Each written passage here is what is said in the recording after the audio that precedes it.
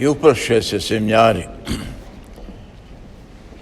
Skameniše se kad videše da onaj čovjek koji je bio obuzet sjedi mirno pored Gospoda, a krdo svinja udavi se. I sad šokirane su bili. Ko je to kojeg tako donosi take naredbe da ga sluša svako? Sluša ga i onaj obuzeti, svi. Uplaše se veoma, ali najviše se uplaše za sebe. Znači, za jedan određeni komfor koji su imali, ne samo zbog krmetine, nego uopšte svega. Jer vidiš da je tu neko koji ima veliku vlast nad ovim i onim rodom. Taj isti moment ima i naš svijet. Gdje sad misija hrišćanstva koja sada ima veću moć, elektroniku i sve, ipak naglazi je na taj isti problem, to je fenomen. Većina ljudi, makar civilizovani, ipak do jedne granice pušta, hoće Boga, hoće da uđe Bogu njihov život i sve. Ali do granice često puta prave kompromis. Dok ne puštaju Boga u sebe. Uvijek nešto kriju. Ne kriju ispoved. Kriju i prema ženi svojoj, prema djeci svojoj. Žive dvostruko. Neke manje, neko više. Ali u svakom slučaju ne uspijeva sasvim misija ta. Čak i u crkvenoj organizaciji da je također kompromis. Tihi kompromis. Ne gleda se, nije otvoreno.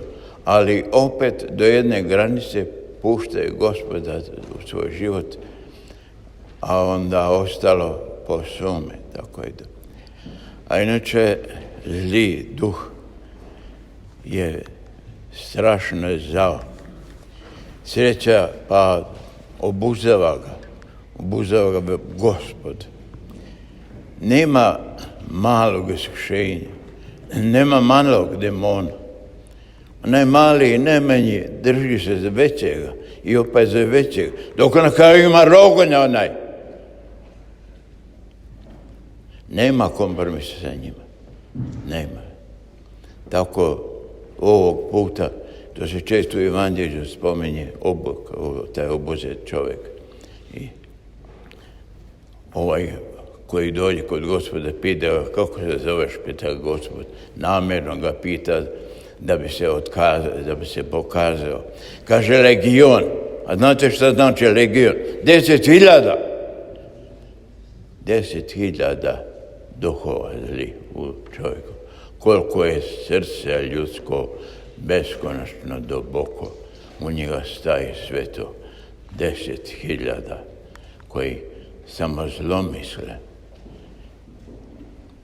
Vidite, i nemate snage osim Gospodnje sile. Koliko se jedino plaše.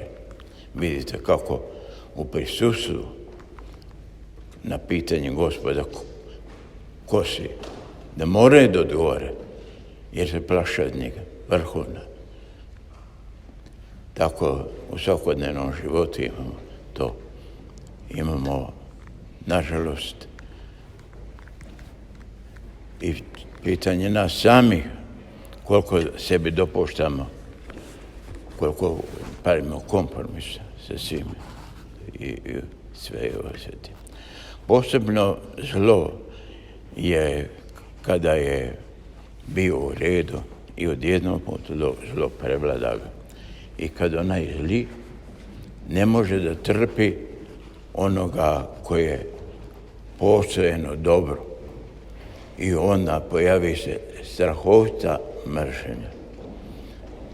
Nemoguća mržnja. Imate slučajeva i sa čitavim narodima da imaš i kod nas da su isti narodi bili, pa onda jedan deo preveri. I sad oni koji su preverili ne mogu da trpe, oni koji su ostali čisti žele da ih nema, da se izgube. I onda su okrutni prema njima i strašne grehove su pravili. Isti narod, isti, ali ne može trpi tako. Velika je opasnost to da pravimo kompromise, jer nikad ne znamo da li su kompromise, koliki su. I koliko grešimo o tom, koliko dajemo snagu tome zlu u nama.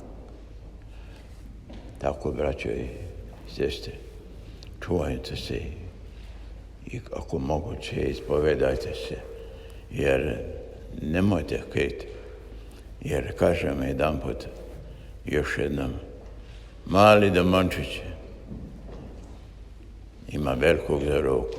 Čak probaju se danas i za djecu, kroz stripove, kroz ovo, pa kad vidiš ona junaka, čisti demon, a kaže, ali dajmo simpatije, neka vi što je to simpatije, to je takvi djete, gdje ono prihvata kao neke slatke, mali, viš kako simpatični. Inače ste ovdje u zapadu sve manje ćete se javiti o djavolu. Nego će djavol kao i jeste neki daleki, čak i u crkvi, ovo je njihovo. Ali se ne sakriva njegova ličnost. Znači, kao, nije tako, malo ga pokriva u buku, lijepo našminka i sve, ali to je crni đavo. Njega se treba bojati, milještiti Hrista, njega se jedino boji. Eto, drago braćo i sestre, toliko. Amin.